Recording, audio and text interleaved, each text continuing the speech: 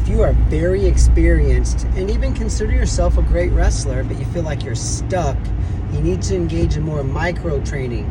Micro means small, macro is big. Macro is what a coach can do. So if you're like, in 7th grade and it's your 3rd season of wrestling and you don't wrestle year round, you've got 2 years under your belt, 2 seasons, so you've got about 7 months of training under your belt. And 7th and 8th grade or 6th and 7th, they don't practice 4, 5, 6 days a week like high school. So you literally probably have like 70 practices under your belt. So when you really start condensing it down, you're new to wrestling. You need basic strength and conditioning. You need level change, hit and spin, penetration steps, head blocking, down blocking, thumb blocking, the setups, push, pull, hit, pick, post, pass, and fake. That's our 7 steps to getting to the legs. Setups. That's on our online wrestling course. I think a lot of you have. You need that stuff, and you need matches, and you need hours of live wrestling. You need a couple of hours of live wrestling every single week. You're not getting enough live wrestling, most of us. That's macro. So what if you're already tremendous in wrestling but something's missing? You gotta say, okay, what are the 2 things, if I could wave a magic wand and make them disappear, that I would do? What are the 2 things that stress you out? And you're like, this might cost me from winning a state title. This might cost me from winning a national title. This might cost me from placing at nationals. This might cost me from getting a college wrestling scholarship or even anybody noticing me. Write those 2 things down and make those go away. Then your wrestling takes a big level jump. So that personal evaluation, and you say, well, can't the coach do that? No, because the coach has, a JV team, a freshman team, a girls JV team, a girls varsity team, a boys varsity team. I have 40 kids in a room. We can do a very good job of that, but the reason we can't is because, we're not out there. So if you say, I struggle on bottom, and then that's a position you need to get better at. You might even say, hey, I suck on bottom. Okay. Now, how are you going to get better on bottom? Well, what is your issue? I give up my arms. I get to my feet easily, but I can't break the lock. Okay. I get cradled. When I stand up, I get arm chopped to my face. Okay. I never even can get to my feet. Man, I need to fix that road. So, there might be a group of 10 kids who struggle on bottom, but they all have something different that they deal with. And now, sure, one-on-one with a coach, we can go over that, and we do in our academy, but your high school coaches and youth coaches, they don't have time. Some of them don't have the expertise anyway, but a lot of them that do, they don't have the time because they're coaching football, they're coaching baseball, they're coaching wrestling. The Pee Wee coaches are on their butt because the Pee Wee coaches expect the high school coaches to go to all the Pee Wee tournaments, which is silly in my opinion. That's just silly. You're the youth coach, you figure it out, right? So these guys are just buried, man. They haven't seen their kids in 3 months. Their wife's about to divorce them. They don't have time to sit down and have 5-hour conversations with every wrestler every 4 weeks. But they don't need to. You can do this, right? You can say, I'm physically so weak and frail on the mat that I feel like someone's going to break my spine. Go lift weights.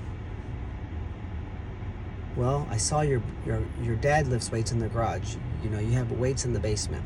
The freaking high school weight room is open for free after school. You're never in there. When you are, you're flirting with the girls and dancing and hanging out with the football kids. You're not even lifting weights, okay?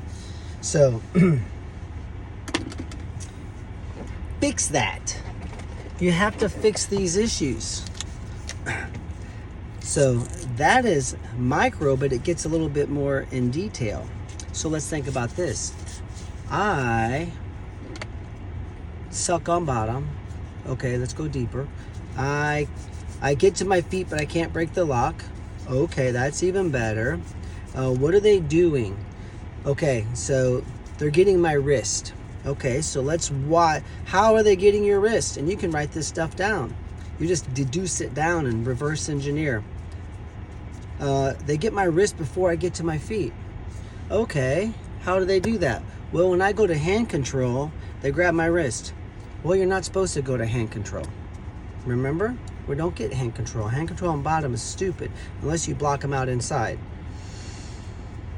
Oh, so hand control isn't good. No, it's not good. Now, once I get one foot stepped up, then I can go to hand control.